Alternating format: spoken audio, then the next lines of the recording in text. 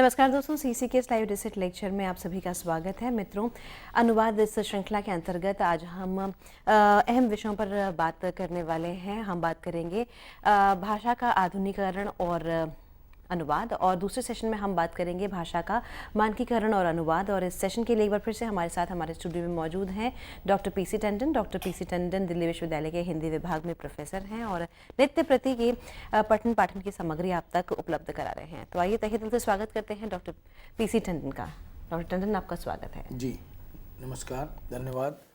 मित्रों, अनुवाद पर चर्चा करते हुए आज हम जिस विषय पर बातचीत करेंगे वो इस दृष्टि से महत्वपूर्ण है क्योंकि जब हम भाषा की और भाषा के साथ साथ उसकी संरचना और उसकी वर्तनी की बात करते हैं तो उसका रिश्ता भी अनुवाद से बनता है, क्योंकि अनुवादक को भाषा प्रयोग अनुप्रयोग से जुड़ते हुए वर्तनी की शुद्धता और मानकता का ध्यान रखना होता है। व्याकरण सम्मत भाषा की जो दृष्टि है उसका भी ध्यान रखना होता है। और यह जो मानकीकरण है और यह जो आधुनिकीकरण है, यह जैसे एक सिक्के के दो पहलू हैं। जैसे जैसे भाषा आधुनिक होती है वैसे वैसे उसकी मानकीकरण की प्रक्रिया आगे बढ़ती रहती है और समय सापेक्ष अपेक्षा अनुसार उसमें संशोधन परिवर्तन ये होते रहते हैं। हम जानते हैं कि यह बात हमारे समाज में, हमारी व्यवस्था में, हमारे मूल्यों में बार बार दोहराई जाती है कि हमें समय के साथ बदलना भी चाहिए। जैसी चले बयार तब तैसी दीजिए ओट। हवा का रुख पहचान कर जब हम अपने आप को बदलते हैं, जैसा कि समाज में हम विशेष रूप से फैशन के संदर्भ में देख सकते हैं, फैशन का आधुनिकीकरण होता है तो हम अपने आप को बदलते हैं। किस तरह का प्रचलन है समाज में, उसी तरह की परिवर्तनगत स्थितियां न केवल व्यक्ति में अपितु हमारे घर की साज सज्जा में, हमारे सामाजिक चाल चलन आदि में, इनमें भी दिखाई देती है। तो यह जो मॉडर्नाइजेशन है, यह जो आधुनिकीकरण है, यह प्रशंसनीय है, यह अच्छी बात है। लेकिन आधुनिकीकरण परंपरा से विच्छिन्न ना करे, वह हमें परंपरा से जोड़े भी रखे और उसमें संशोधन संवर्धन करके उपादेयता को, उपयोगिता को, समय सापेक्ष आवश्यकता और अपेक्षा को, इनको ध्यान में रखकर यदि हम परिवर्तन करते हैं जीवन शैली में तो वो महत्वपूर्ण माना जाता है। यही स्थिति भाषा की भी है। भाषा के बारे में यह कहा जाता है कि वह यदि समय के साथ नहीं चलेगी तो उसका हश्र बहुत सुखद नहीं होगा। बहुत पहले 14वीं शताब्दी में, यानी मध्यकालीन समाज में, संत काव्यधारा के प्रवर्तक कवि कबीर ने ये बात उस समय चेताई थी जब उन्होंने देखा कि संस्कृत का आधुनिकीकरण नहीं हो रहा या उसका प्रयोक्ता समुदाय उसका प्रयोग विधिवत ठीक से नहीं कर पा रहा और धीरे धीरे संस्कृत परिदृश्य से विलुप्त हो रही है, उसके पाठक, उसके वक्ता, उसके प्रयोक्ता कम हो रहे हैं। तो उन्होंने एक अच्छी बात कही थी, कबीरा संस्कृत कूप जल भाषा बहता नीर। भाषा वही जीवित रहती है जो बहते हुए नीर की तरह होती है। नदी यदि प्रवहमान हो, गतिमान हो तो वह जीवंत रहती है और अपनी विकास यात्रा पूरी करती है। लेकिन यदि नदी रुक जाए, कहीं कट जाए, तो फिर वह पानी उसका समाप्त हो जाता है, नदी का अस्तित्व समाप्त हो जाता है। संस्कृत की स्थिति को देखकर कबीर ने यह बात जो कही है वह प्रकारांतर से दुनिया की सभी भाषाओं के संदर्भ में है कि उन्हें आधुनिकीकरण की प्रक्रिया से जुड़ना चाहिए। आधुनिकीकरण की यह प्रक्रिया भाषा के संदर्भ में समय सापेक्ष परिवर्तनों के साथ साथ आधुनिकीकरण की प्रक्रिया में जोड़ने वाली मशीनरी या जो उपकरण हैं भिन्न भिन्न प्रकार के, उन उपकरणों की अपेक्षाओं की पूर्ति भी भाषा कर सके।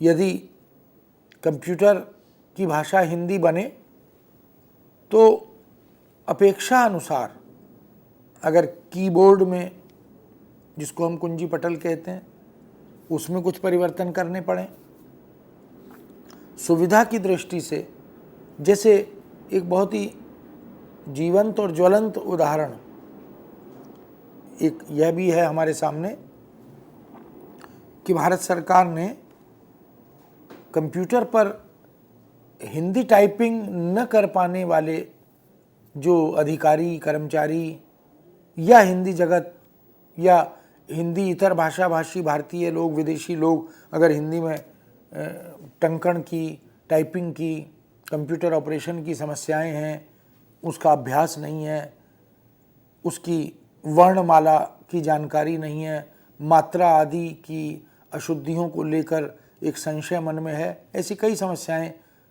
लंबे अरसे से देखने को मिल रही थी। तो एक बहुत अच्छा सॉफ्टवेयर, एक बहुत अच्छा प्रोग्राम तैयार हुआ यूनिकोड नाम से, और यूनिकोड ने इन तमाम संशयों को, चुनौतियों को दूर किया और सुविधा यह दी गई कि यदि हम अंग्रेज़ी में टाइप करें, अंग्रेज़ी के कीबोर्ड पर टाइप करें, तो वह हिंदी में स्क्रीन पर टंकित होता चला जाएगा। यानी वर्णमाला अंग्रेज़ी की प्रयोग करेंगे, लेकिन वह स्क्रीन पर जो उसका टंकण होगा, टाइपिंग होगी, वह हिंदी में होती चली जाएगी। उसकी एक प्रविधि है और उसका बहुत माने अगर आदमी चाहे तो 10 मिनट में उसको सीख सकता है। हालांकि ये एक दूसरा पक्ष इसका है कि हिंदी वर्णमाला से सीधे जुड़ने का और सीधे हिंदी की वर्णमाला को लेकर टंकण करने का अभ्यास न होना, ये कोई बहुत सुखद स्थिति, अच्छी स्थिति नहीं है। लेकिन जो नहीं कर पा रहे उनके लिए बहुत अच्छा है। और प्रशासनिक व्यवस्था में और लेखन आदि की व्यवस्था में, यहाँ तक कि मोबाइल ने इसको बहुत लोकप्रिय बना दिया है। छोटे छोटे बच्चे भी इसका बहुत ही विश्वास के साथ प्रयोग कर रहे हैं। तो ज़रूरत यह थी कि मशीन के साथ भाषा को जोड़ना है। उसमें मोबाइल भी है, इंटरनेट भी है, ब्लॉग राइटिंग भी है, ट्वीट करने की पद्धति आदि से, या अन्य अनेक पक्ष आयाम हैं जहाँ भाषा के उपयोग की बात होती है। तो एक ज़माना था जब कंप्यूटर का आगमन हुआ था, जब पेजर और मोबाइल का आगमन हुआ था, और फिर धीरे धीरे कंप्यूटर के अंतर्गत ये तमाम तरह के आयाम विकसित होते चले गए। तब यह भय तो मन में था ही कि अंग्रेज़ी की बहुलता या प्राधान्य के कारण हिंदी और भारतीय भाषाओं की संबद्धता इन मशीनों से कैसे होगी, हो भी पाएगी कि नहीं हो पाएगी। लेकिन आधुनिकीकरण की प्रक्रिया ने उनको संभव बनाया और धीरे धीरे हम अपने समस्त कार्यों का निष्पादन मशीन के साथ जोड़कर भाषा को, अब हम कार्टून को भी, एनिमेशंस को भी भाषा से जोड़कर देख सकते हैं। अब हम यहाँ तक के अनुवाद करने वाले सॉफ्टवेयर और प्रोग्राम भी बहुत सारे सरकारी और गैर सरकारी अब तैयार हो गए, जो कभी किसी ज़माने में अकल्पनीय होता था। गूगल भी अनुवाद की सुविधा उपलब्ध करा रहा है। कुछ सीमाएं हैं, सभी जगह हैं, उन सीमाओं को धीरे धीरे दूर किया जा रहा है। लेकिन अंग्रेज़ी से हिंदी, हिंदी से अंग्रेज़ी अनुवाद, और फिर इसी तरह हिंदी से भारतीय भाषाओं में और भारतीय भाषाओं से हिंदी में अनुवाद, यानी एक भाषा, द्विभाषा, त्रिभाषा और फिर बहुभाषा, इनमें परस्पर लेन देन, आवागमन, आदान प्रदान, इनकी सुविधा भी उपलब्ध कराई जा रही है। तो हम ये देख सकते हैं कि आधुनिकीकरण जब हर क्षेत्र में, हर आयाम में आवश्यक है, अपेक्षित है। हम शिक्षा के आधुनिकीकरण की बात भी करते हैं, हम ज्ञान विज्ञान के आधुनिकीकरण की बात भी करते हैं, हम अपनी परंपराओं को भी मॉडर्नाइज या आधुनिक बना रहे हैं, उनको भी उनकी जो चिंताजनक या आपत्तिजनक या थोड़ी सी रूढ़ बातें हैं, संदर्भ हैं, उनको छोड़कर हम उनमें कुछ मॉडिफिकेशन, कुछ नवीनता की बात कर रहे हैं। दीपावली जब हम मनाते हैं तो हम अब केवल तेल के या घी के दिए नहीं जलाते, हम लाइटिंग से भी दीपावली का आयोजन करते हैं। तो कुछ चीज़ें हैं जो आधुनिकीकरण के नाम पर कभी कहीं चिंताजनक भी दिखाई देती हैं, लेकिन यह प्रक्रिया सतत है और इस प्रक्रिया से जुड़ना स्वाभाविक भी है, अपेक्षित भी है, आवश्यक भी है। इसी तरह भाषा का आधुनिकीकरण भी अपेक्षित और आवश्यक है, और उसको हम लिपि के स्तर पर, वर्तनी के स्तर पर, संरचना के स्तर पर, व्याकरणिक व्यवस्था के स्तर पर भी कहीं ज़रूरत के आधार पर हमने कुछ परिवर्तन किए हैं। जैसे अंग्रेजी के दबाव में बहुत सारे परिवर्तन हमें करने पड़े। भारतीय भाषाओं के परस्पर प्रभाव के कारण भी हिंदी में कुछ चीज़ें प्रवेश कर गई, उन्हें हमने स्वीकार कर लिया। तो मॉडर्नाइजेशन एक तरह का उदारीकरण भी है। जब हम बहुत रिजिड होकर, बहुत पूर्वाग्रहित होकर चीज़ों को लेते हैं तो विकास रुक जाता है। इसलिए जब आधुनिकीकरण को हम स्वागत करते हैं तो भाषा के संदर्भ में भी हम देख सकते हैं कि यह कई प्रकार से दिखाई देता है। जैसे साहित्य का आधुनिकीकरण भी हमने किया। मध्यकाल की, प्राचीन युग की, संस्कृत युग की कविताओं का, कहानियों का, नाटकों का हम मंचन करके हम उनको डीवीडी में, सीडी में उनका रिकॉर्डिंग करके मार्केटिंग करते हैं। हम सिनेमा की दुनिया में, धारावाहिकों की दुनिया में उनका मंचन करके अभिनय रूप में उनको प्रस्तुत करते हैं। फिर उनका धनार्जन की दृष्टि से उपयोग भी किया जाता है। तो ये जो मॉडर्नाइजेशन है, अब जिस तरह की सुख सुविधाएं नाटकों के लिए मंचन की दृष्टि से संस्कृत युग में थीं, अगर उसी दृष्टि से आज भी मंचन करें तो शायद उसकी लोक स्वीकृति उतनी ना हो पाए। लेकिन मॉडर्नाइजेशन ने मंच व्यवस्था को आधुनिक बनाकर उस प्रस्तुतियों को और अधिक रोचक और प्रभावी बना दिया है। तो ऐसे में भाषा के साथ भी हम देख सकते हैं, हिंदी भाषा या कोई भी भाषा हम देखें, वो सिनेमा से जुड़ती है तो उसके आधुनिकीकरण की एक अलग तरह की प्रक्रिया हमारे सामने आती है। वह विज्ञापनों से जुड़ती है तो उसका लाक्षणिक और व्यंजनापरक और अभिधापरक इन तमाम दृष्टियों से परिवर्तन हम देख सकते हैं, और वो कितनी हृदय स्पर्शी बन जाती हैं विज्ञापनों और पंचलाइनों की भाषा, हम उसका भी अनुमान लगा सकते हैं। तो ये जो आधुनिकीकरण की प्रक्रिया है यह बहुत स्वाभाविक है, और पहले से ही ये बात भाषा के संदर्भ में कही जाती रही है कि 5 कोस पर पानी बदले 7 कोस पर वाणी। वाणी तो बदलती भी रहती है, उसका एक रूप नहीं रहता। हम एक ही राज्य में एक ही भाषा के अनेक रूप देख सकते हैं। हम दिल्ली में हिंदी भाषा के अनेक रूप देख सकते हैं। अगर हम जहाँ मुस्लिम बहुल क्षेत्र है वहाँ जाकर हिंदी का प्रयोग देखेंगे तो उर्दू मिश्रित हिंदी दिखाई देगी। हम ग्रामीण दिल्ली के क्षेत्रों में जाएंगे तो हिंदी का वह जो लोकल, वह जो लोक रूप है वह दिखाई देगा। हम दक्षिण दिल्ली की तरफ जाएंगे तो, या मध्य दिल्ली की तरफ जाएंगे तो अंग्रेज़ी मिश्रित हिंदी के प्रयोग को हम देख सकते हैं। स्वाभाविक है, यह होता ही है। औपचारिक भाषा और अनौपचारिक भाषा, इनमें अंतर रहता है। लेकिन यह जो मॉडर्नाइजेशन है, यह जो आधुनिकीकरण है, यह बहुत तेज़ी से चल रहा है। उसमें संक्षिप्तीकरण भी भाषा का हम संस्थाओं के नामों को लेकर देख सकते हैं। हम तमाम तरह के पद नामों को लेकर भी देख सकते हैं।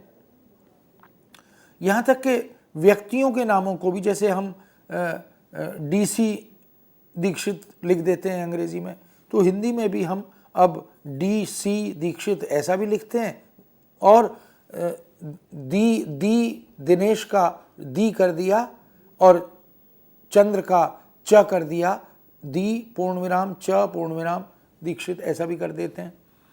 तो ये सारा ये जो प्रक्रिया है ये मानकीकरण की और आधुनिकीकरण की, विशेष रूप से मॉडर्नाइजेशन की प्रक्रिया है। लेकिन जब वह प्रयोग मानक हो जाता है, स्थापित हो जाता है, तो फिर वो मानकीकरण से जुड़ जाता है। हम यूपीएससी जब लिखते हैं अंग्रेजी में एब्रीवेट करके संक्षिप्त अक्षरों के माध्यम से, तो हिंदी में भी हम संघ लोक सेवा आयोग पूरा न लिखकर संग बिंदी लगाकर लो, फिर उसी तरह से और फिर उसी तरह आ, इस तरह से भी लिखते हैं।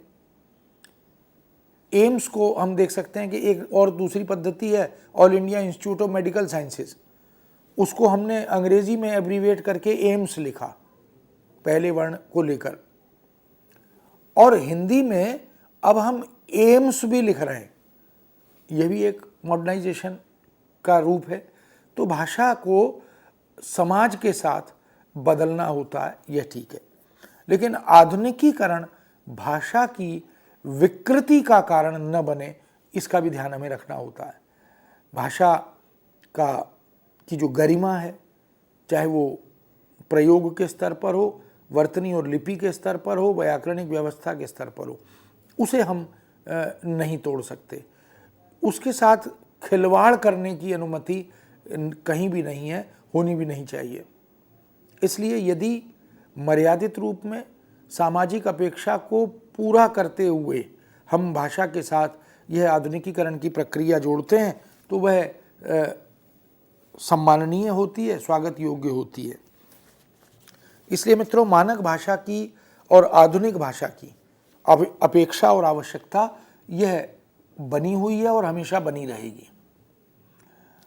जब भाषा नदी की तरह आगे बढ़ती है, भाषा बहता नीर, तो वह दोनों तटों से, नदी जब बहती है तो दो तट हैं, दोनों तटों से वह वांछित और अवांछित घास फूस, तिनके, पत्थर, कंकड़, कचरा, बहुत कुछ उसमें नदी के साथ बहता हुआ चलता है। तो नदी अपनी गति को अवरुद्ध नहीं करती, वो बढ़ती रहती है, और जो पानी के साथ चल सकता है वह शामिल होता है, जो नहीं चल सकता वो आगे जाकर कहीं ना कहीं दाएं बाएं छिटक भी जाता है। तो भाषा के साथ भी यही है कि जो रूप लोक स्वीकृत होंगे प्रयोग के, वर्तनी, वर्णमाला, शब्द आदि के, वो जीवित रहेंगे, और जो लोग स्वीकृत नहीं होंगे, प्रयोक्ता से जुड़ेंगे नहीं, वो अपने आप बाहर हो जाएंगे। तो इसलिए आधुनिकीकरण भाषा के लिए बहुत ज़रूरी है, क्योंकि अद्यतन और अधुनातन ज्ञान विज्ञान से हम भाषा को कैसे जोड़ेंगे? हम उसे विचार की भाषा, हम उसे विश्व की वैचारिकता को आत्मसात करने की भाषा कैसे बनाएंगे अगर हम ये विकास नहीं करेंगे? इसलिए कंप्यूटराइजेशन जब भाषा का हुआ और अद्यतन अधुनातन मशीनों से जब भाषा जुड़ती चली गई, और आधुनिक समाज की अपेक्षाओं की पूर्ति करने वाली भाषिक जो भाषा के जो आयाम हैं, भाषा की जो दिशाएं हैं, उनको जब हमने मॉडर्नाइज किया, तो स्वाभाविक है भाषा की गति बढ़ी। फिर भाषा केवल किसी राज्य तक सीमित न रहे, किसी देश तक सीमित न रहे, वह विश्व मंच तक भी बढ़ सके, उसका विकास हो, यह भी ज़रूरी है। इसलिए भाषा की विकासशीलता उसकी परिवर्तनशीलता से जुड़ी हुई है। एक रूपता एक अलग पक्ष है, परिवर्तनशीलता, गतिशीलता एक अलग रूप है। दोनों समानांतर चल सकते हैं। भाषा के विकास का मतलब उसकी समृद्धि से भी है।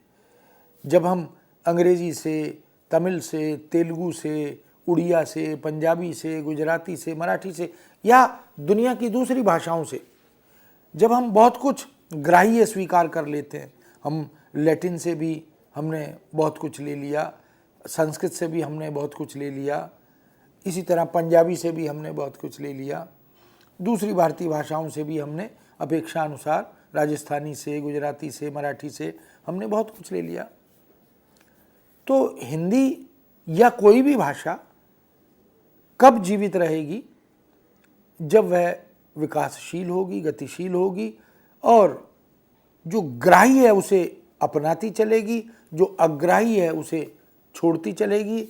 जो ज़रूरत है समय की, हमने सैकड़ों शब्द अंग्रेज़ी के, हज़ारों शब्द अंग्रेज़ी के हिंदी में ले लिए क्योंकि मॉडर्नाइजेशन के लिए उनकी ज़रूरत थी। कंप्यूटर पर जब हम काम करने बैठते हैं तो हम माउस को माउस ही कहते हैं, हम स्क्रीन को स्क्रीन ही कहते हैं, हालांकि कुछ लोग पटल कहते हैं लेकिन स्क्रीन शब्द चल रहा है। हम डिस्क को डिस्क ही कहते हैं और इसी तरह हार्डवेयर या सॉफ्टवेयर के संदर्भों में हम देख सकते हैं। हम सीडी को सीडी ही कह रहे हैं, हम डीवीडी को डीवीडी ही कह रहे हैं। तो ये भी मॉडर्नाइजेशन का एक रूप है, आधुनिकीकरण का एक रूप है। इससे हमारी भाषा में नई शब्दावली का आगमन हो रहा है। तो आधुनिकीकरण की यह प्रक्रिया कई तरह से देखने को मिलती है। अखबारों में, पत्र पत्रिकाओं में देश विदेश की शब्दावली आती है। जैसे हमारे यहाँ सैरोगेट शब्द हमारा नहीं था। सैरोगेट मदर एक कंसेप्ट, एक अवधारणा जब विदेशों से आई तो हमारे लिए ये संकट था कि हम सैरोगेट को क्या कहें, वो क्योंकि हमारी संस्कृति में, हमारी सभ्यता का हिस्सा नहीं है। तो कहीं कहीं तो हमने इस तरह की शब्दावली के समतुल्य हिंदी शब्द बनाए हैं और यह काम जिसकी चर्चा हमने पहले भी की थी पारिभाषिक शब्दावली निर्माण के संदर्भ में, तो यह काम शब्दावली आयोग ने किया है, जिसको हम commission for scientific and technical terminology, जो केंद्र सरकार की एक बड़ी महत्वपूर्ण राष्ट्रीय महत्व की संस्था है। उस संस्था ने पारिभाषिक, तकनीकी, ज्ञान विज्ञान की शब्दावली, प्रशासन की शब्दावली या अन्य अनुशासनों की महत्वपूर्ण, जब कंप्यूटर आया तो कंप्यूटर की शब्दावली की आवश्यकता हिंदी को पड़ी तो कंप्यूटर के शब्द भी आयोग ने बनाए। मीडिया की शब्दावली की आवश्यकता पड़ी तो मीडिया के शब्द भी बनाए। इसी तरह विज्ञान के तमाम अनुशासनों की शब्दावली बनाई गई। तो यह जो अंग्रेजी के अवधारणात्मक शब्द हमारे पास आ रहे हैं और अंग्रेजी के माध्यम से विश्व की भाषाओं की अवधारणाओं को हम जब अपने भाषिक जगत में स्वीकार कर रहे हैं, तो यह ज़रूरी हो जाता है कि उन अंग्रेजी शब्दों के समतुल्य हिंदी शब्द भी बनाए जाएं। जैसे हमने गणक बनाया, संगणक बनाया, ये मॉडर्नाइजेशन है। हमने निदेशक बनाया डायरेक्टर के लिए, हमने चीफ मेडिकल ऑफिसर के लिए मुख्य चिकित्सा अधिकारी बनाया, वाइस चांसलर के लिए कुलपति बनाया, रजिस्ट्रार के लिए कुल सचिव बनाया, लेक्चरर के लिए प्राध्यापक शब्द बनाया। ये जिनकी संख्या बहुत बड़ी संख्या है, जीव विज्ञान, रसायन विज्ञान, खगोल शास्त्र, कृषि विज्ञान, गृह विज्ञान, ऐसी लाइब्रेरी साइंस की बात हम करें, ऐसी हम पुस्तकालय की बात करें, पुस्तकालय अध्यक्ष की बात करें, तो चाहे बात शब्दावली हो या अनुशासन की शब्दावली हो, हम देख सकते हैं कि यह जो प्रक्रिया है मॉडर्नाइजेशन की, यह लगातार चल रही है। और स्वाभाविक है कि यह आज की ज़रूरत है। हम जब तक कंप्यूटर से, मोबाइल से या इंटरनेट से या ब्लॉग राइटिंग से या ट्वीट आदि से भाषा को नहीं जोड़ेंगे, भाषा पिछड़ जाएगी। विज्ञापनों से, पंच लाइनों से, डायलॉग राइटिंग से, और सिनेमा की दुनिया में और छोटे पर्दे की दुनिया में चलें तो वॉइस ओवरिंग से, कैप्शन राइटिंग से, और फिर डायलॉग्स के अनुवाद, संवादों के अनुवाद से, और लिपिंग जो होती है वो भी बड़ी महत्वपूर्ण है। भाषा से जोड़कर हम उसको, या लिपिंग से भाषा को जोड़कर हम देखते हैं, तो वह भी एक बड़ा महत्वपूर्ण काम है जो मॉडर्नाइजेशन ऑफ लैंग्वेज की तरफ हमें ले जाता है। हम देख सकते हैं कि दुनिया भर के विज्ञापन हमारे सामने आ रहे हैं। एक मीडिया, प्रिंट मीडिया में देखिए, इलेक्ट्रॉनिक मीडिया में देखिए, और छोटे पर्दे पर और बड़े पर्दे पर देखिए, अब तो विज्ञापन ही विज्ञापन है। कंप्यूटर पर भी विज्ञापनों की भरमार है। लेकिन उन विज्ञापनों में हिंदी का या भारतीय भाषाओं का प्रयोग जब होता है, फिर उनकी अपेक्षा को ध्यान में रखकर, क्योंकि प्रिंट मीडिया में कॉलम में भी शब्द यानी स्पेस, स्थान बड़ा महत्वपूर्ण है। तो स्थान के अनुसार भाषा में, वाक्य में, पदबंध में, शब्द में परिवर्तन यह भी होता है, मीडिया की ज़रूरत है। इलेक्ट्रॉनिक मीडिया में टाइम बड़ा महत्वपूर्ण है, समय, वहाँ सेकंड्स के हिसाब से परिवर्तन किए जाते हैं।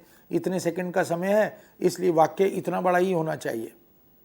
तो कथ्य को हम किस प्रकार बदल सकते हैं। कमेंट्री करनी है तो किस तरह की कमेंट्री करनी है, किस तरह का कमेंट्रेटर चाहिए, किस तरह की भाषा और शब्दावली होनी चाहिए, उसका भी ध्यान रखा जाता है।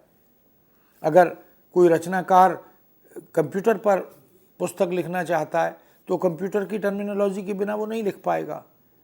अगर जीव विज्ञान, रसायन विज्ञान, भौतिक विज्ञान आदि की पुस्तक लिखना चाहता है, कृषि विज्ञान की पुस्तक लिखना चाहता है, तो टेक्निकली, तकनीकी रूप से विषय की जानकारी अगर नहीं होगी, प्रामाणिक विषय बोध नहीं होगा और वह भाषा से जुड़ा हुआ है, तो किस अवधारणा को किस शब्द से जाना जाता है और शोध में किस तरह की भाषा और किस तरह की शब्दावली का प्रयोग होता है, यदि उसको हम अपने दर्शकों, पाठकों तक उनकी भाषा में नहीं पहुंचाएंगे तो हम ज्ञान से बहुत दूर रह जाएंगे।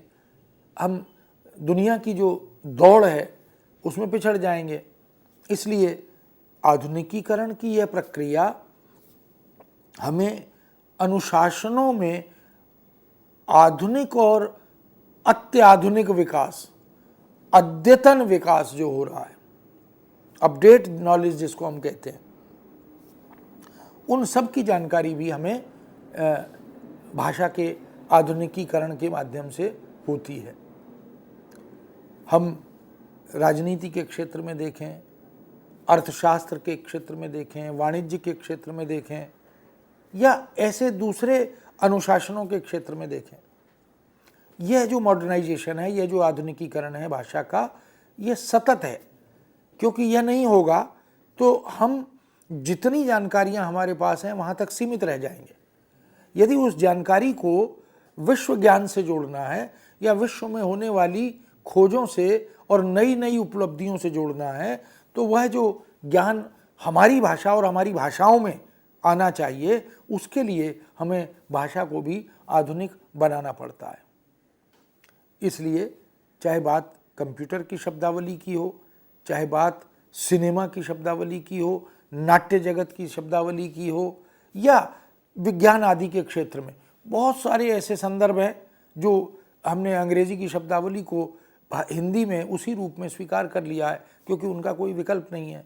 दवाओं के नाम बहुत सारे ऐसे हैं जो इसी रूप में स्वीकार किए हैं, तो वो अब डिस्प्रिन हो या एस्प्रिन हो, वो है तो अंग्रेजी के शब्द, लेकिन हिंदी जगत में उनका प्रयोग हो रहा है, तो हिंदी भाषा की समृद्धि तो हो ही रही है उसके माध्यम से। इसलिए आधुनिकीकरण की प्रक्रिया भाषा के विकास के साथ साथ भाषा की समृद्धि की ओर, संपन्नता की ओर भी ले जाती है।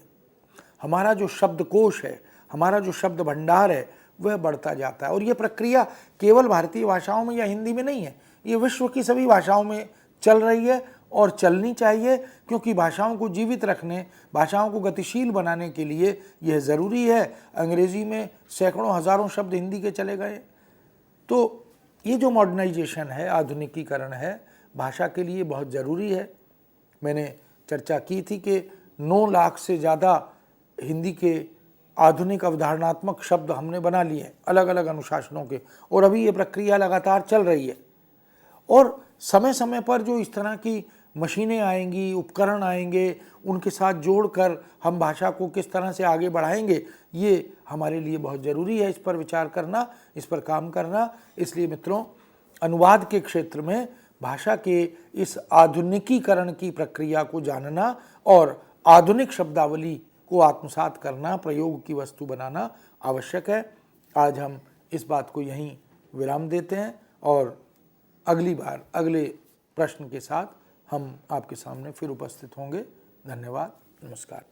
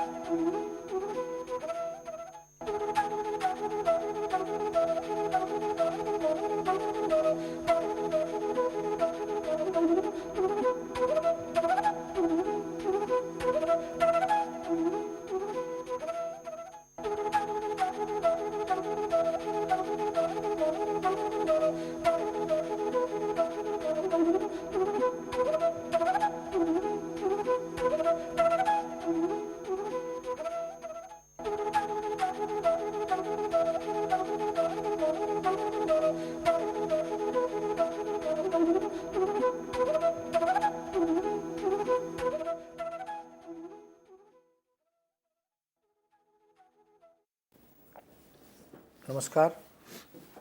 भाषा का मानकीकरण और अनुवाद, इस विषय पर हम थोड़ी चर्चा आज करेंगे। और मित्रों, ये जो मानक शब्द है, ये अंग्रेजी के स्टैंडर्ड शब्द के समतुल्य हिंदी में हमने इसको एक पारिभाषिक शब्द के रूप में स्वीकार किया है। किसी भी संदर्भ को ध्यान में रखकर अगर हम चर्चा करें तो हम कह सकते हैं कि जैसे स्टैंडर्ड ऑफ लिविंग होता है, यानी जीवन का एक स्तर, तो कैसा स्तर है, खान पान का एक लेवल होता है या स्तर होता है, पहनने का, साज सज्जा का एक लेवल होता है, घर को मेंटेन करने का भी एक स्टैंडर्ड होता है। तो हम जब स्टैंडर्ड की बात करते हैं और भाषा के संदर्भ में बात करते हैं तो ये बड़ा महत्वपूर्ण है, क्योंकि भारत तो बहुभाषा भाषी देश है। अलग अलग भाषाओं के लोग अपनी अपनी भाषाओं, बोलियों से एक दूसरे को प्रभावित भी करते हैं, क्योंकि सब में परस्पर विचार विनिमय भी होता है, संपर्क भी होता है, बातचीत भी होती है। तो अनेक बार एक ही व्यक्ति से किसी दूसरे गैर भाषा भाषी से जब हम कई बार मिलते हैं तो उसकी भाषा का, उसके उच्चारण का प्रभाव हम पर वांछित अवांछित रूप में आने लगता है, स्वाभाविक है।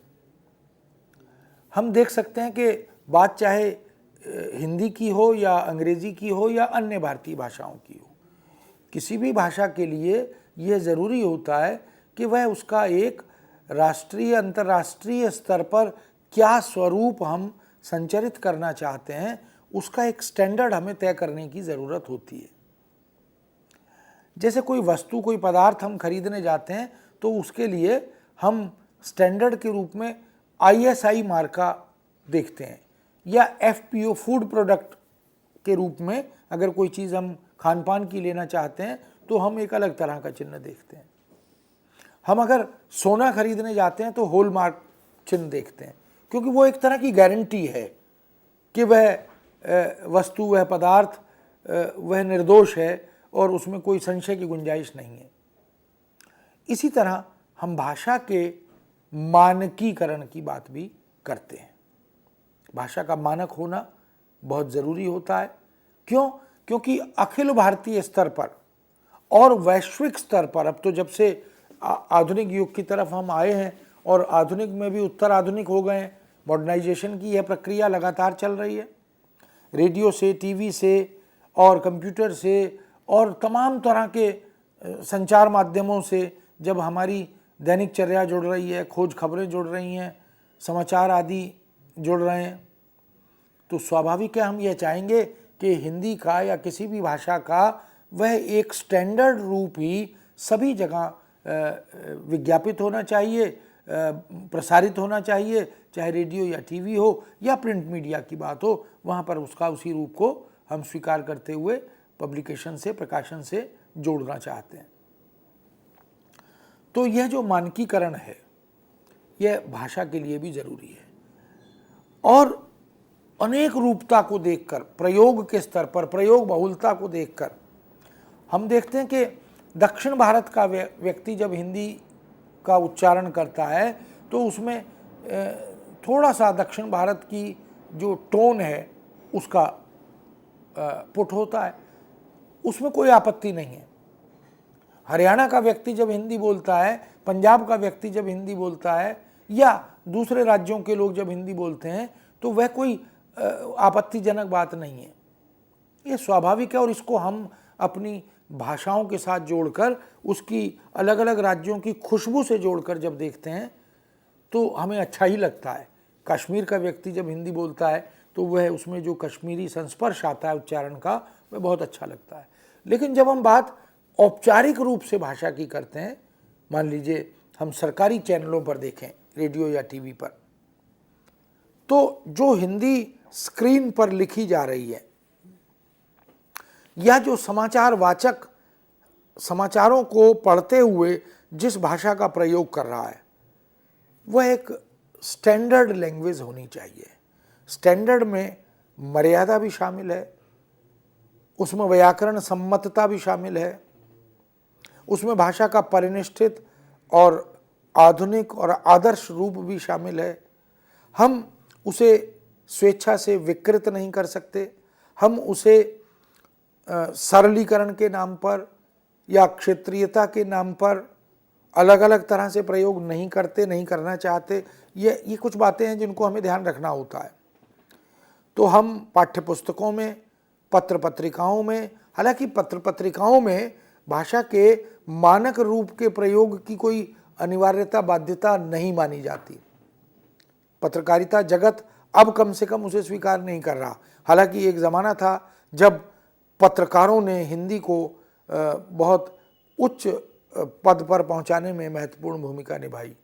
उन्होंने हिंदी की रचना को लेकर, संरचना को लेकर, व्याकरण सम्मत प्रयोगों को लेकर, महावीर प्रसाद द्विवेदी युग में तो अभियान ही चला कि भाषा कैसे शुद्ध हो, कैसे मानक हो, और फिर उस मानक और शुद्ध रूप को किस तरह से छायावाद तक आते आते एक परिनिष्ठित, एक परिष्कृत भाषा का दर्जा प्राप्त हो गया।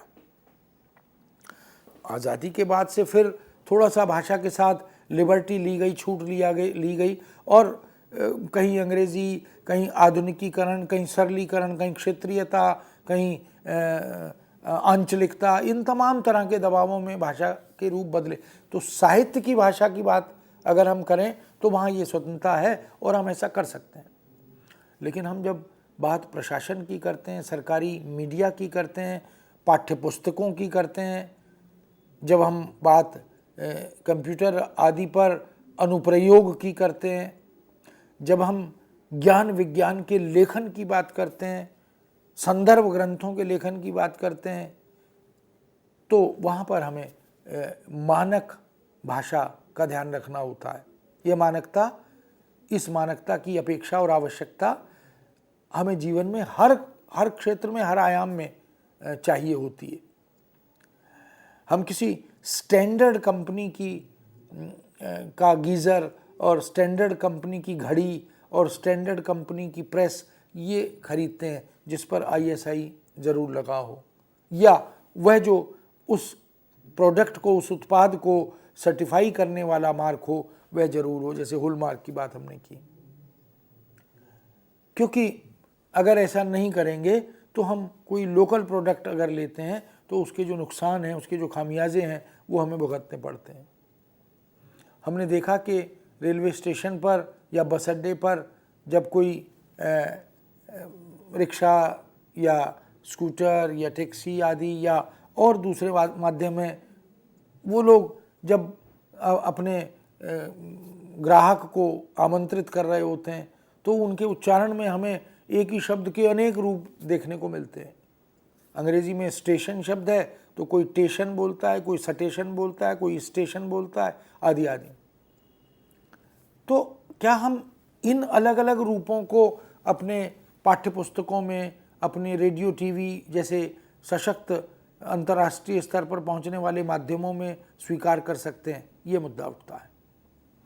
और मित्रों, वर्तनी के स्तर पर भी मानकीकरण की यह प्रक्रिया सतत है, लगातार चल रही है। ज़रूरत और अपेक्षा के अनुसार हम कंप्यूटर का कीबोर्ड भी बदल रहे हैं। जब इलेक्ट्रॉनिक टाइपराइटर आया तो तब भी हमने परिवर्तन किए। उससे पहले जब टाइपराइटर आया तब भी हमने ज़रूरत को ध्यान में रखकर कुछ परिवर्तन किए। फिर कंप्यूटर आया तो उसमें भी परिवर्तन हुए, और अब कंप्यूटर के कीबोर्ड में भी ज़रूरत को ध्यान में रखकर, ज़रूरत में क्या है कि आप ये चाहते हैं कि आपकी भाषा को, चाहे वो हिंदी हो या तमिल, तेलुगु, मराठी, गुजराती आदि भाषाएं हों, यदि वो सारी मशीनरी से जुड़ रही हैं, तो हम ये चाहते हैं कि साहब उन भाषाओं को पढ़ने समझने की सुविधा उन भाषाओं से इतर भाषी समुदाय को भी मिले। जैसे बात हिंदी की कर रहे हैं तो हिंदी विदेशियों के लिए भी उतनी सुविधाजनक हो जाए पढ़ने समझने के लिए, टाइप करने के लिए, आत्मसात करने के लिए। तो अगर वो कंप्यूटर पर बैठकर विदेशी हिंदी में कुछ काम करना चाहे तो उसका कीबोर्ड इस तरह से बने कि उसे कठिनाई ना हो, उसे ये न लगे कि मुझे संयुक्त व्यंजन कहाँ से ढूंढने, मुझे अनुस्वार और अनुनासिक कैसे ढूंढना है, ये तमाम तरह की चीज़ें हैं। हालांकि practice make a man perfect, करत करत अभ्यास के जड़मति होत सुजान, असंभव कुछ नहीं है, कठिन कुछ नहीं है, लेकिन फिर भी हम सुविधाओं को ध्यान में रखकर हिंदी इतर भारतीय भाषाओं के प्रयोक्ता यदि हिंदी का प्रयोग करना चाहें तो उनको असुविधा ना हो। मूल रूप से अगर कठिनाई को कम किया जा सकता है, अगर चुनौतियों को उनका निदान ढूंढकर कम किया जा सकता है तो ये प्रयास। तो मानकीकरण में ऐसे कई परिवर्तन हमने वर्णमाला में समय समय पर किए हैं। अगर वर्णमाला के स्वर और व्यंजनों को लेकर भी हम देखें तो कई परिवर्तन हमारे यहाँ हुए हैं। बहुत प्राचीन समय में, आज से 50 साल पहले, 40 साल पहले की भाषा के पुस्तकों को, पत्र पत्रिकाओं को देखेंगे तो जिस तरह से हम आज लिख रहे हैं, पहले ऐसा नहीं लिखते थे। पहले प बनाकर और फिर उसके ऊपर एक घुंडी सी बनाई जाती थी, तो आ लिखने का वो स्वरूप था। फिर बाद में हमें कई ज़रूरतों के कारण उसको बदलना पड़ा और हमने अ का एक नया रूप निर्धारित किया। इसी तरह झ, झंडे वाला जो झ है, उसका रूप हमने पहले कुछ और था, उसको भी बदला। ल हम गुजराती भाषा वाला पहले लिखते थे, उसको भी बदलकर हमने हिंदी की पद्धति से नया बनाया। ऐसे बहुत सारे वर्ण भी हैं जिनको हमने बदला है। और मित्रों, यह वास्तव में आधुनिकीकरण की प्रक्रिया का एक हिस्सा है, क्योंकि जब हम आगे बढ़ रहे हैं, जब हम विकास कर रहे हैं और हमारे सामने नई नई चुनौतियां, नई नई समस्याएं आ रही हैं, तो उनका निदान हम भाषा के स्टैंडर्ड को तय करते हुए भी करते हैं। हम ये जानते हैं कि ये जो स्टैंडर्डाइजेशन है, ये जो मानकीकरण है, यह कोई व्यक्ति नहीं कर रहा, यह वस्तुतः भारत सरकार की एक महत्वपूर्ण संस्था है, वह कर रही है, जिसको हम केंद्रीय हिंदी निदेशालय के रूप में जानते हैं। आप देख सकते हैं कि ये जो पम्फलेट है, लीफलेट है, यह इस बात का प्रमाण है कि भारत सरकार किस तरह से देवनागरी लिपि और वर्तनी का मानकीकरण कर रही है। ये जो मानकीकरण की प्रक्रिया है, इसमें नियम, उपनियम कुछ बनाए गए हैं। उसमें पूरी वर्णमाला को और फिर हिंदी की वर्णमाला की व्यवस्था को, व्याकरणिक व्यवस्था को, फिर उसके वैशिष्ट्य को बहुत विस्तार से इसमें चित्रित किया गया है। हम यह तो भारत सरकार का निःशुल्क प्रकाशन है, इसकी प्रति यहाँ केंद्रीय हिंदी निदेशालय जो दिल्ली में स्थित है, इससे प्राप्त भी कर सकते हैं। इसमें अनुस्वार का, अनुनासिक का रूप क्या होगा, विसर्ग कैसे लगेंगे, हल चिन्ह कैसे लगेंगे, क्योंकि यह भी भ्रम है कि हलंत से अब हिंदी में प्रयोग होता है कि नहीं होता, उन सब के बारे में कहाँ लगेगा, कहाँ नहीं लगेगा, इन सब की जानकारी विस्तार से दी गई है। कौन से खड़ी पाई वाले शब्द हैं, उनका निर्माण कैसे हुआ है, संरचना कैसे बनी है, इन सब की, यानी वर्णमाला में स्वर कितने हैं, व्यंजन कितने हैं, इनकी भी विस्तृत जानकारी हमें इस लीफलेट में दी गई है। अब अगर विद्यार्थियों को बिल्कुल प्राथमिक शिक्षा के स्तर पर हम ये सारी चीज़ें बताएं जो उनको ज्ञात नहीं है, क्योंकि भाषा के मानकीकरण का एक रिश्ता भाषा के उच्चारण से भी जुड़ा हुआ है। यदि उच्चारण शुद्ध होगा, मानक होगा, तो लेखन भी शुद्ध और मानक होगा। यह देवनागरी लिपि के बारे में उसकी वैज्ञानिकता को ध्यान में रखकर बार बार कहा भी जाता है। तो केंद्र सरकार अपनी तरफ से जब वर्णमाला का मानकीकरण कर रही है, भाषा का मानकीकरण कर रही है, और यह मानकीकरण दुनिया की किसी भी भाषा का होना अपेक्षित है। यदि मानक भाषा से हम विश्व मंच पर अपने को प्रस्तुत नहीं करेंगे तो वह फिर हास्यास्पद स्थिति बन जाती है। इसलिए जब हम दफ्तर में काम कर रहे होते हैं, जब हम पुस्तक आदि के लेखन की तरफ अग्रसर हो रहे होते हैं, तो हमें मानक भाषा के प्रयोग की तरफ ही बढ़ना चाहिए, क्योंकि अखिल भारतीय स्तर पर और वैश्विक स्तर पर हम जिस भाषा से जाना चाहते हैं उस भाषा का एक स्टैंडर्ड हमारे समक्ष साफ होना चाहिए। इसलिए मित्रों, ये भाषा जो पूरे देश में एक रूपता के साथ लिखी, पढ़ी और बोली जाए, उसको हम मानक भाषा कह सकते हैं। सरकारी कामकाज में, जैसे केंद्र सरकार के कार्यालयों में और राज्य सरकारों के कार्यालयों में अगर आदान प्रदान हो रहा है, विचार विनिमय हो रहा है, पत्र लेखन आदि, टिप्पण आदि चल रहा है काम, तो उसमें एक स्टैंडर्ड लैंग्वेज, एक रूप, यूनिफॉर्म लैंग्वेज, इसका प्रयोग होना चाहिए। यह अपेक्षित है और ज़रूरी भी है, क्योंकि उसके बिना बात बनती नहीं। हम हिंदी भाषा के ही अनेक रूप देख सकते हैं। एक ही व्यक्ति एक ही भाषा के अनेक रूपों में अपनी बात को रखता है। बच्चों से बात करते हुए, मित्र से बात करते हुए, अपने गुरुजनों से बात करते हुए, माता पिता से बात करते हुए, सब्जी वाले से, रिक्शा वाले से, यानी फॉर्मल और इनफॉर्मल, औपचारिक और अनौपचारिक, यह तो है ही। हम एक अखबार में ही कई प्रकार की हिंदी को देखते हैं।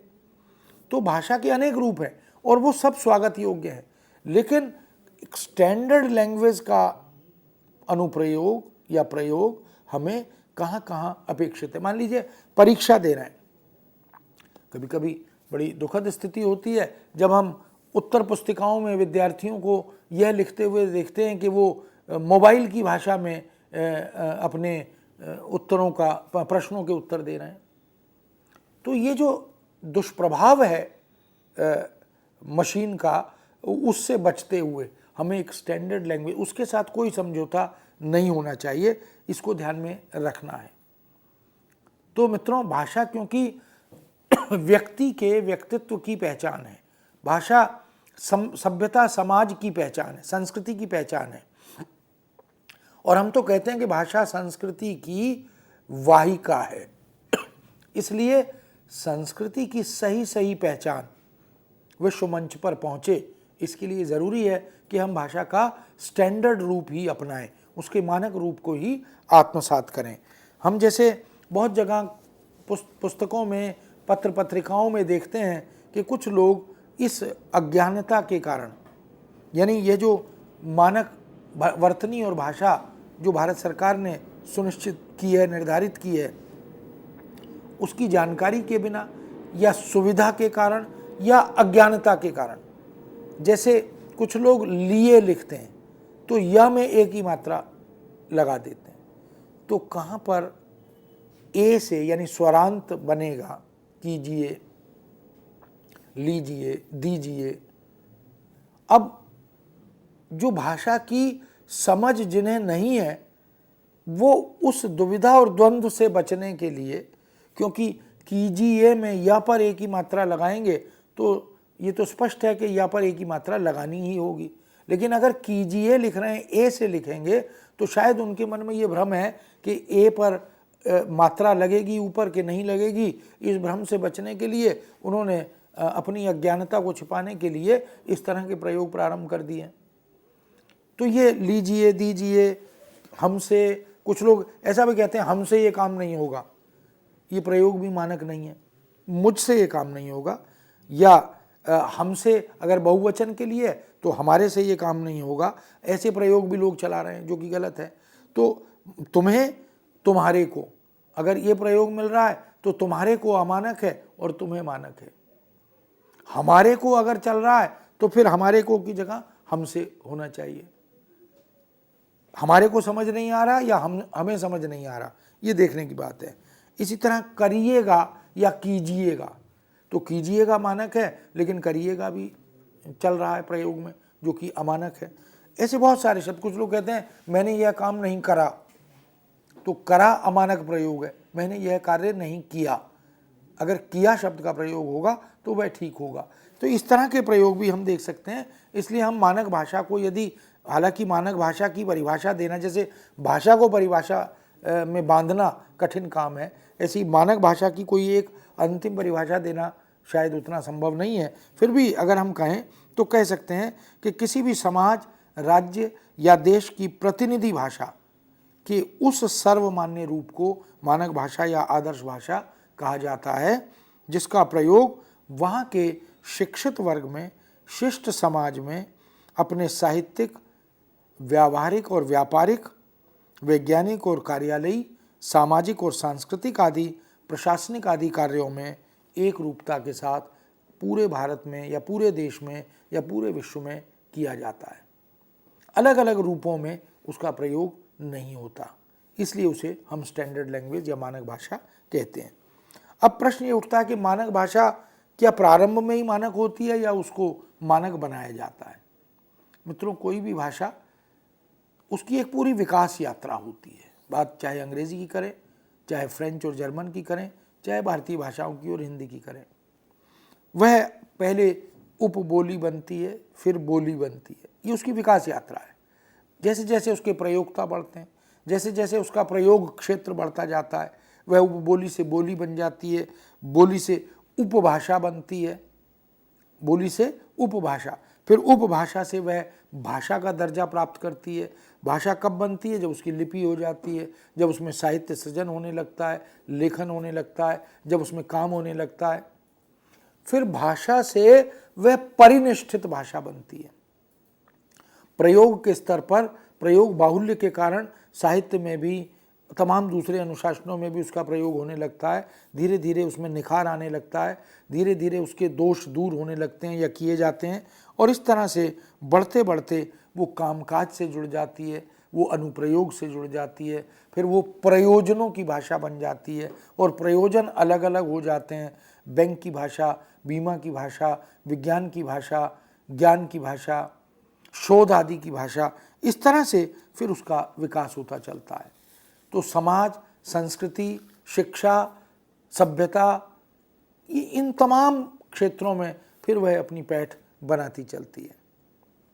क्रिएटिव यूज ऑफ लैंग्वेज एक अलग पक्ष है। भाषा की सृजन धर्मिता या सृजनशीलता, वहाँ पर रचनाकार अपने हिसाब से भाषा को कुछ तोड़ता भी है, कुछ मोड़ता भी है, कुछ ढालता भी है, कुछ बदलता भी है, कुछ नए नए प्रयोग भी करता है भाषा में, वह एक अलग पक्ष है। लोक के स्तर पर भाषा के जो रूप मिलते हैं वह भी उतना ही सम्मानजनक रूप है, उतना ही स्वागत योग्य है। लेकिन जब हम स्टैंडर्ड लैंग्वेज की बात कर रहे हैं तो लैंग्वेज स्टैंडर्ड जो होती है या मानक जो होती है वह एक अलग तरह की भाषा होती है। इसका यह अर्थ कदापि नहीं होता कि भाषा के अन्य रूपों को हम अस्वीकार कर रहे हैं। वो सारे रूप भी स्वीकृत हैं, लेकिन कहाँ पर हमें किस तरह से बनकर रहना या जाना है, कहाँ पर हमें किस तरह की भाषा का प्रयोग करना है, इसके आधार पर तो हमें अगर एक शिष्ट मंडल में, एक सभ्य समाज में, एक औपचारिक जगत में भाषा के साथ अपने आप को उपस्थित करना है तो वहाँ पर एक मानक भाषा के रूप के साथ ही हम उपस्थित होते हैं। हम सब की जो भारतवासी हैं उनकी मातृभाषा कुछ और होती है, लेकिन जब हम कार्यालय में जाते हैं, जब हम शिष्ट मंडल में जाते हैं तो हम उस भाषा का प्रयोग करते हैं जो उस पूरे समाज के लिए स्वीकृत और मान्य होती है, मानक होती है। इसलिए हम उसके स्टैंडर्ड को पूरी तरह से ध्यान में रखते हैं। बहुत सारे, भारत की बहुत सारी भाषाएं मानक हो गई हैं, बहुत अपार साहित्य सृजन लगातार हो रहा है, विश्व की कई भाषाओं से आगे हैं वो इस दृष्टि से, और बहुत सी भाषाओं का मानकीकरण बहुत धीरे भी होता है। इसका संबंध वस्तुतः भौगोलिकता के साथ होता है।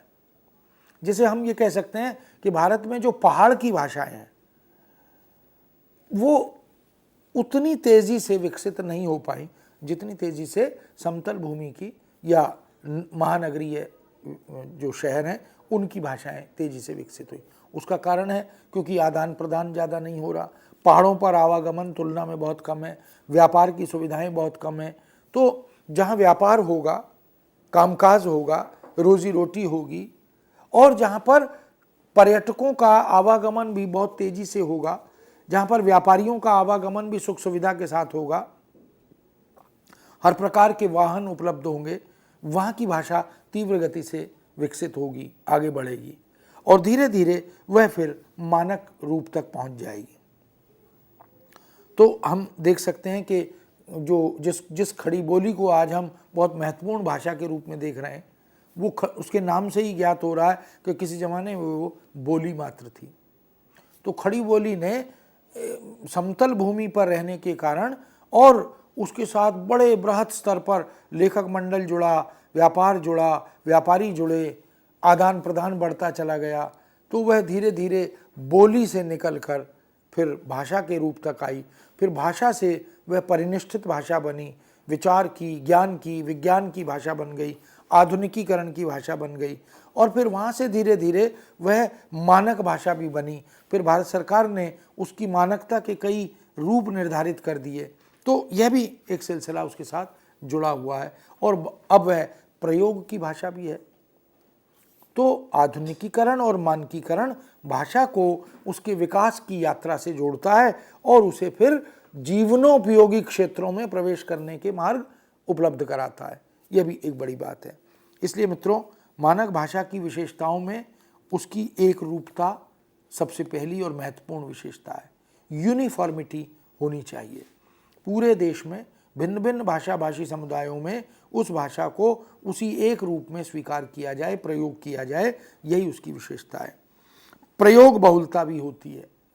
किसी भी व्यवस्था में, समाज में हम देख सकते हैं कि कुछ शब्दों को, कुछ वाक्यों को, कुछ पंक्तियों को, कुछ प्रयुक्तियों को अलग अलग तरह से बोला जाता है, लेकिन स्टैंडर्ड लैंग्वेज में उसकी यूनिफॉर्मिटी को निश्चित किया जाता है। मौखिक और लिखित रूप में वह समान होती है, दोनों में अंतर नहीं रहता, नहीं रहना चाहिए, ऐसी अपेक्षा उसके साथ जुड़ी रहती है। और पूर्णता, यानी वह भाषा अपने आप में एक पूर्णता का बोध कराए। इसका मतलब है कि समय सापेक्ष शब्दावली उसमें आती रहे, उसकी जो फर्टिलिटी है, उसकी जो उर्वरा शक्ति है, वो प्रबल होनी चाहिए। धातुओं से, उपसर्ग से, प्रत्यय से वह शब्दों की संरचना बना सके, नई नई अवधारणाओं का निर्माण कर सके, यह भी किसी भी मानक भाषा के लिए बहुत ज़रूरी होता है। और किसी भी भाषा को मानक भाषा बनने तक एक पूरी ऐतिहासिक परंपरा से होकर गुजरना पड़ता है। तो उसकी अपनी एक ऐतिहासिक परंपरा भी होती है और उसका समादृत भाव भी उसके साथ जुड़ा रहता है। और मानक भाषा की एक विशेषता और बहुत महत्वपूर्ण है, वह है उसकी बोधगम्यता। उसकी मानकता तभी टिकाऊ होगी, स्थायी होगी, जब वह उसके प्रयोक्ता समाज की समझ में आएगी। इसलिए मित्रों, मानक भाषा एक प्रक्रिया है। मानकता तक पहुंचने में उसे एक पूरी यात्रा तय करनी होती है, प्रोसेस तय करना होता है और तब वह एक आदर्श रूप तक हमारे सामने आती है। आज हिंदी एक मानक भाषा के रूप में विद्यमान है, जो प्रशासनिक कार्यालयों में, रेडियो टीवी में, पत्र पत्रिकाओं में, पाठ्य पुस्तकों में, संदर्भ ग्रंथों में उसका प्रयोग तरह तरह से हो रहा है और लगातार वो आधुनिकीकरण की प्रक्रिया से जुड़ी हुई है, मशीनों से जुड़ी हुई है और जैसी अपेक्षा है वैसे परिवर्तन उसमें किए जा रहे हैं। मैं समझता हूँ आज इस विषय को हम यहीं विराम देते हैं और अगले विषय के साथ फिर आपके सामने उपस्थित होंगे। धन्यवाद, नमस्कार। और इसी साथ हम धन्यवाद देना चाहेंगे डॉक्टर पीसी टंडन का। मित्रों, हम यही चाहेंगे कि आपके किसी प्रकार के सुझाव हों, प्रतिक्रियाएं हों या फिर प्रश्न हो, हमारे साथ ज़रूर साझा करें। हमारी ईमेल आईडी है info.cc@nic.in। आप सभी से फिर मुलाकात होगी, तब तक के लिए आप सभी को नमस्कार। नमस्कार सर। जी नमस्कार।